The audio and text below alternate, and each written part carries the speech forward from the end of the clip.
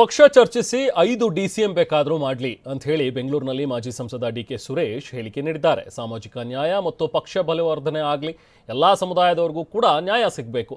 8 ಬಾರಿ ಗೆದ್ದಂಥ ರಾಮಲಿಂಗಾರೆಡ್ಡಿ ಅವರಿದ್ದಾರೆ, ಪರಮೇಶ್ವರ್ ಅವರಿದ್ದಾರೆ, ಪ್ರಚಾರ ಸಮಿತಿ ಅಧ್ಯಕ್ಷರಾಗಿದ್ದಂಥ MB ಪಾಟೀಲ್ ಅವರಿದ್ದಾರೆ, ಹಾಗೆ ಕಾರ್ಯಾಧ್ಯಕ್ಷರಾಗಿರುವಂಥ ಸತೀಶ್ ಜಾರಕಿಹೊಳಿ ಅವರು ಕೂಡ ಇದ್ದಾರೆ, ಅಲ್ಪಸಂಖ್ಯಾತರ ನಾಯಕ ಜಮೀರ್ ಅಹ್ಮದ್ ಕೂಡ ಇದ್ದಾರೆ, ಒಕ್ಕಲಿಗ ನಾಯಕ ಕೃಷ್ಣ ಬೈರೇಗೌಡ, ಚಲುವರಾಯಸ್ವಾಮಿ, ಯಾರು ಬೇಕಾದರೂ ಡಿಸಿಎಂ ಆಗಬಹುದು ಅಂತ ಹೇಳಿ ಡಿಕೆ ಸುರೇಶ್ ಹೇಳಿದ್ದಾರೆ. ನನಗೆ ಅದರ ಬಗ್ಗೆ ಮಾಹಿತಿ ಇಲ್ಲ. ಪಕ್ಷ ತೀರ್ಮಾನ ಮಾಡಿ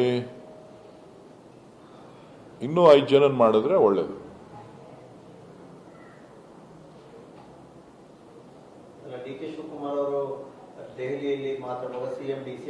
ಅದು ನನಗೆ ಮಾಹಿತಿ ಇಲ್ಲ.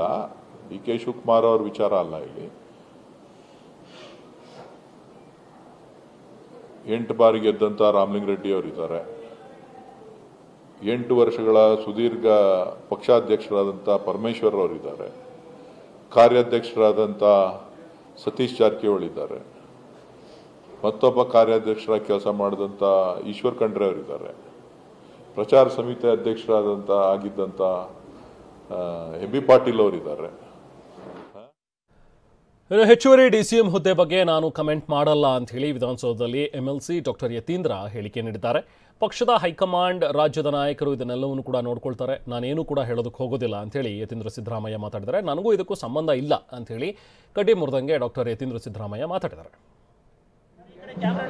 ಅದ್ರ ಬಗ್ಗೆ ಎಲ್ಲ ಪಕ್ಷಗಳಲ್ಲೂ ಇರುತ್ತೆ, ಸ್ಥಾನಮಾನಗಳು ಬೇಕು ಅಂತ ಎಲ್ಲರೂ ಕೇಳ್ತಾರೆ. ಬಟ್ ಅದರ ತೀರ್ಮಾನ ನಮ್ಮ ಹೈಕಮಾಂಡು ಮತ್ತು ನಮ್ಮ ರಾಜ್ಯದ ವರಿಷ್ಠ ನಾಯಕರು ಮಾಡ್ತಾರೆ. ಬಟ್ ಏನೇ ತೀರ್ಮಾನ ತೆಗೆದುಕೊಂಡ್ರು ನಮ್ಮೆಲ್ಲ ಶಾಸಕರು ಅದಕ್ಕೆ ಬದ್ಧವಾಗಿರ್ತೀವಿ, ಸಚಿವರು ಕೂಡ ಅದಕ್ಕೆ ಬದ್ಧವಾಗಿರ್ತಾರೆ. ಅದ್ರ ಬಗ್ಗೆ ನಾನು ಹೇಳೋಕ್ಕಾಗೋದಿಲ್ಲ, ಅದು ಅವರವರ ಚಿಂತನೆಗೆ ಬಿಟ್ಟಿತ್ತು. ಸೊ ಅದ್ರ ಬಗ್ಗೆ ನಾನು ಕಾಮೆಂಟ್ ಮಾಡಿದೆ. ನನಗೆ ಹೈಕಮಾಂಡ್ ಅವರು ಏನು ಹೇಳಿದ್ದಾರೆ ಅಂತ ಗೊತ್ತಿಲ್ಲ. ಸೊ ಹಾಗಾಗಿ ಇದ್ರ ವಿಷಯವಾಗಿ ಅವರೇ ತೀರ್ಮಾನ ತೆಗೆದುಕೊಳ್ತಾರೆ. ನನಗೂ ಇದಕ್ಕೂ ಏನು ಸಂಬಂಧ. ಎಲ್ಲ ಪಕ್ಷಗಳಲ್ಲೂ ಇರುತ್ತೆ, ಸ್ಥಾನಮಾನಗಳು ಬೇಕು.